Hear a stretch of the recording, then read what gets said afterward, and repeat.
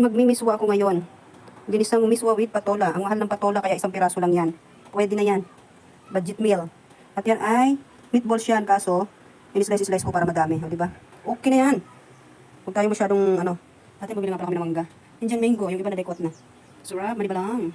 O yan, magluto na tayo ng ating ginisang miswa with meatballs. Budget meal. Yan, may isda naman kasi piprituhin, kaya okay na yan.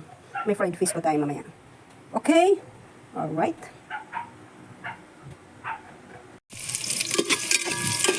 Gisa-gisa. Ayan, gisa na natin ang meatballs. Meatballs yung ating slice para madami.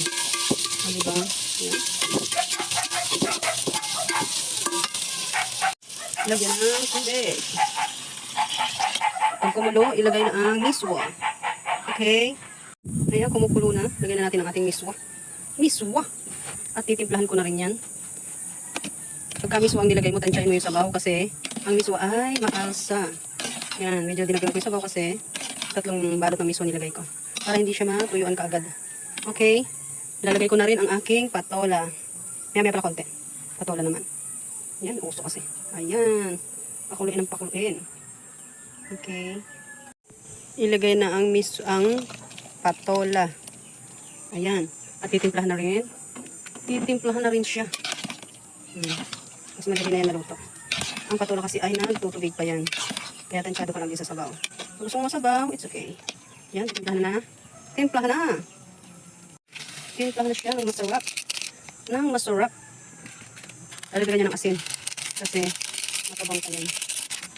Okay. Ayan.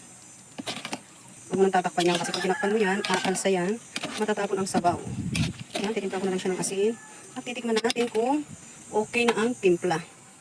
Yan, okay na yan. Luto ng ating miswa. Ginisang miswa. Ayan, umalsa na ang ating mga noodles ng miswa. Miswa soup. Ayan. Sarap kasi may sabaw. Sabaw! Yan.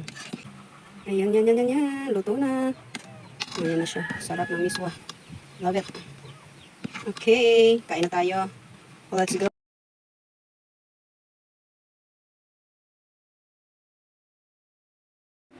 Tara na, tanghalian na.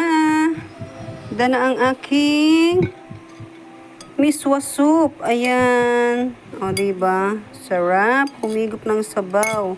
At syempre, nagluto ang aking lalab na pritong isda. At ang ating sausawan. Let's go. Tanghalian time.